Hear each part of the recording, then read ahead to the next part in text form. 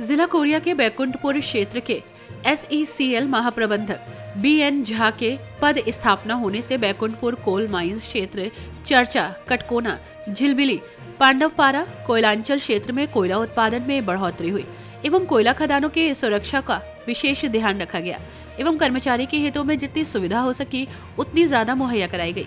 बैकुंठपुर क्षेत्र के कोयला खदानों में दुर्घटनाओं में कमी आई, साथ में कोल माइन संबंधित विद्यालयों की स्थिति सुधरी एवं खिलाड़ियों को भी प्रोत्साहन मिला। खास बातचीत में जानते हैं सीसीएल महाप्रबंधक बीएन झा ने क्या कहा। संभाग से अजीम अंसारी की रिपोर्ट। आज हम एसीसीएल महाप्रबंधक बैकुंठपुर के पास आए हुए हैं, बैठे हुए हैं और हम ये जानते हैं जब तक हमारी सर जो है 4 साल, साढ़े 4 साल हो गए यहाँ पे पदस्थ हुए। लगभग चर्चा माइंस, कटकोना माइंस, झिलमिली, पांडवपारा की स्थितियाँ काफ़ी सुधरी हैं और सुधार के साथ-साथ स्थितियाँ इतनी अच्छी हुई कर्मचारियों के हित में लगातार सर का पहल रहा है, लगातार उनकी तरफ एक-एक कर्मचारियों के हितों का ध्यान रखते हुए कई छात्र-छात्राओं को डेवलपमेंट की ओर लेके गए, शिक्षा-दीक्षा की ओर निःशुल्क शिक्षा भेजे, चाहे कंपनी की तरफ से भेजा गया हो, लेकिन इनकी प्रयास रही है कि उसमें ज़्यादा से ज़्यादा छात्र जुड़ें, खिलाड़ियों को उस प्रोत्साहन दिया गया और ये सब जानते हैं सर से कि ये कहाँ से शिक्षा दीक्षा लिए, इतने मतलब एक इनकी एक जज़्बा है इनके अंदर कि हम ग्रामीण क्षेत्रों से भी उठाकर एक ऐसे विद्यार्थी को या ऐसे छात्र को पहुँचाएँ जो आने वाला भविष्य को तय करे। ऐसी स्थितियाँ, ऐसी मानसिकता है सर क्या? इस वजह से हम आज सर के पास आए हुए हैं और जानना चाहेंगे कि सर अपनी शिक्षा-दीक्षा कहाँ से लिए और कहाँ से कैसे यहाँ तक पहुँचे? किन-किन परेशानियों, किन-किन परिस्थितियों को सफ़र किया है परिस्थितियों को देखते हुए? आइए हम जानते हैं। सर आपका हमारे ऑनलाइन भारत चैनल में स्वागत है। आप अपने बारे में बताएँ कि लगातार माइनसों को एक नया जगह दिया है, नए मजबूती के साथ आपने सर सभी खदानों को कम किया। जी। मजबूती देने की कोशिश किया सर, यहाँ पे दुर्घटनाएँ, घटनाएँ जो होती थी खदानों में जो हम लोग पहले देखा है, वो काफ़ी कमी आई है जी, सर, जी, आपके आने के बाद। जी। तो आपने कहाँ से ऐसे एक्सपीरियंस और ऐसे विचार लेकर आए?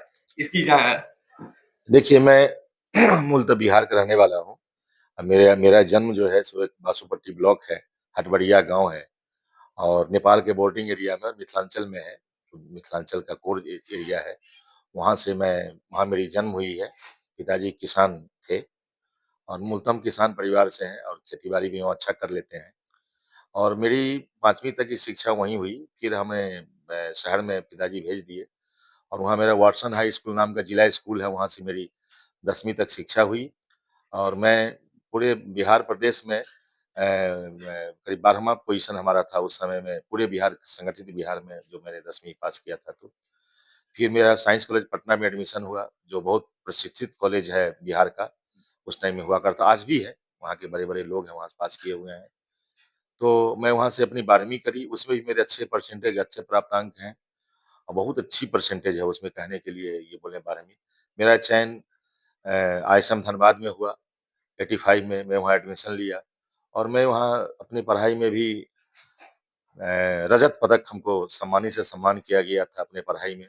फिर मैं बीसीसीएल से अपनी नौकरी जॉइन की 89 में और बीसीसीएल में भी मैं जब मैं जागा तो मैं अपना जो जब देखा कि मुझे इतने बड़े इंस्टीट्यूट से अगर देश ने हमको पढ़ाया है, इसको देश को कुछ कंट्रीब्यूट किया जाए और वहाँ हम कई माइंस में करीब 10 वर्ष तक मैनेजर रहे, वहाँ 19 वर्ष की सेवा में और कुछ एरिया के पद पर भी रहे और वहाँ अच्छा-अच्छा मैंने स्थायित्व दिया। मैं सस्टेनेबल डेवलपमेंट दिया, किसी भी माइन को मैं आज का नहीं सोचता था, मैं दूर के लिए सोचता था कि 5 साल बाद क्या होगा। अच्छे-अच्छे हमारे हमारे बॉस मिले, कई तरह का सीख सिखाए। हमेशा से ज खास के एक बॉस थे पीके सिन्हा, वो बताते थे कि आप ह्यूमन बनो, बी ह्यूमन सेंट्रिक, आप ह्यूमन को पहचानो।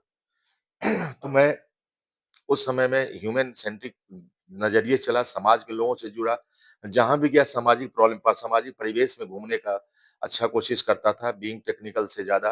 टेक्निकल तो ज्ञान देते ही हैं, लेकिन समाज के लोगों को भाई व्यू जान के एक्शन लेते थे, वहाँ के विधायक हो, एमएलए हो, एमपी हो, उनसे भी संपर्क रहता था, जिलाधीश वगैरह हो। तो करते-करते मैं यहाँ एसईसीएल में 2008 में आया, मैं उमरिया में, जोहिला में सेवा दिया। 6 साल तक मैं हसदेव में सेवा दिया, वहाँ हसदेव में भी मैं माइंस को काफ़ी मैं भूमिगत खदान में ही बहुत ज़्यादा काम किया, मेरी काफ़ी सराहनीय वहाँ ये रहा, सब जगह काज रहा। फिर मैं वहाँ से रायगढ़ जब गया तो गारेपलमा जो हम लोग जिंदल की माइन चला रहे थे, वहाँ हमने रायगढ़ में मैं कुछ दिन के लिए जीएम भी था। उस समय भी बहुत अच्छा उत्पादन हुआ। विश्रामपुर में जब मेरी पोस्टिंग हुई तो सभी माइन बंद पड़े हुए थे।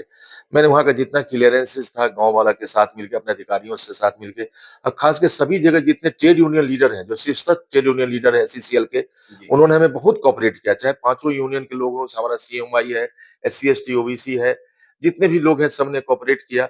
पत्रकारों ने भी कोऑपरेट किया सब जगह और खास के विश्रामपुर जो हमने स्थायित्व दिया माइन सबको, आज विश्रामपुर अच्छे अच्छे पोज़ीशन में चल रहा है।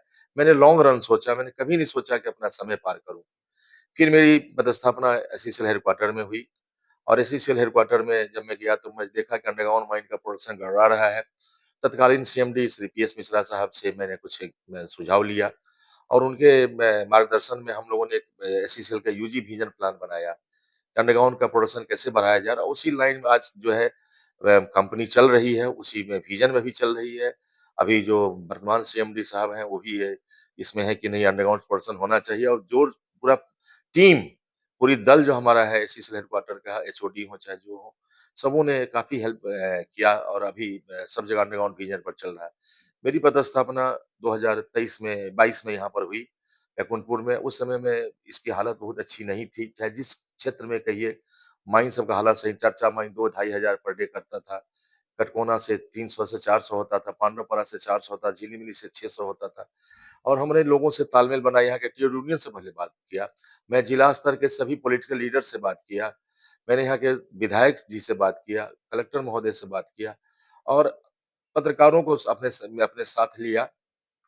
मैं हर माइन में एक-एक चीज़ थोड़ा-थोड़ा करके आप लोग नज़र हमको इन्फॉर्मेशन देते रहते, तो उस हिसाब से हमने काम किया और सबसे बड़ा मेरा जो थीम हमेशा रहा है ह्यूमन सेंट्रिक समाज को लेके, सस्टेनेबल डेवलपमेंट।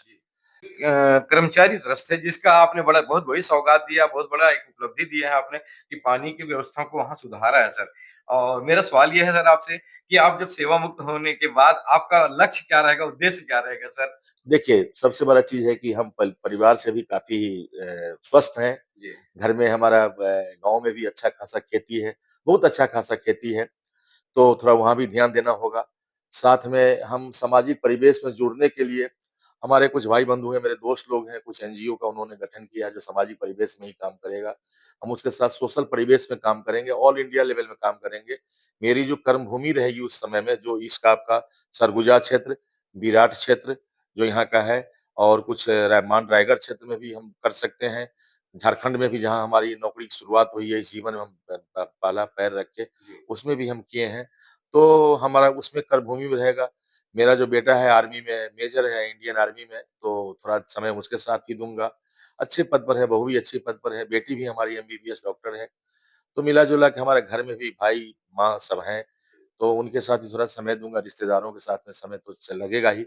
लेकिन समय ज़्यादा हमारा सोशल में रहेगा अभी फ़िलहाल जी। और टेक्नोलॉजिकल जितने भी हमारे जो एडवाइस होंगे, माइनिंग इंडस्ट्री को जितना भी हमसे बन पाएगा, मैं कहीं न कहीं लोगों को उसके एडवाइस के रूप में, एडवाइज़र के रूप में मैं ये कोशिश करूँगा कि मैं लोगों को सलाह दूँ और मैं इस फ़ील्ड में जब तक रहूँ, तो मैं बने रहूँ आप लोगों के बीच में और मैं बता दिया कि सरगुजा और विराट इसका मेरा प्रधान कार्यक्षेत्र रहेगा उस समय में, जो पोस्ट रिटायरमेंट मेरा काम होगा। नॉट ओनली दैट हमने कंपनी के कुछ पदाधिकारी को भी बोला है अगर हमारी आपको सेवा कभी लगती है, जहाँ भी कहीं लगती है, क्योंकि मैं एंटायर एचसीसीएल को बहुत बढ़िया से जानता हूँ। तो हम उस वही सेवा उनको देने के लिए हमेशा तैयार हैं। देख सकते हैं सर, हमारा जी का स्पष्ट कहना है कि जब तक मैं सेवा में था तब तक सेवा करता रहा है म कंपनी का। सेवा मुक्त होने के बाद भी मैं एक एनजीओ चलाकर और साथ-साथ में अपने बच्चे, परिवार, फैमिली, माता-पिता सबके लिए समय निकालते हुए मैं एनजीओ का के रूप में का एनजीओ चलाकर एक काम करूँगा ताकि लोगों को एक मार्गदर्शक जो मेरे पास अनुभव है वो बाँटता रहूँगा, जो मेरे पास ज्ञान है वो देता रहूँगा ताकि और यहाँ तक कि ऐसा भी इन्होंने कहा कि ऐसी सीएल के भी अगर किसी अधिकारियों को हमारी ज़रूरत पड़ेगी, हमारी सलाह की ज़रूरत पड़ेगी, तो मैं समय-समय पर उनके साथ अपने सलाह को साझा करता रहूँगा। और ये इनका बहुत ही उच्च विचार सामने देखने को मिला। जब से सेवा में लगे तब से सेवा तो देते रहे, सेवा के मुक्त होने के बाद भी ये अपनी सेवा भाव जो है देश के नाम समर्पित करना चाहते हैं और देते रहेंगे, देने की ये मंशा रखते हैं। और ना ही भारत से अजीम अंसारी की रिपोर्ट।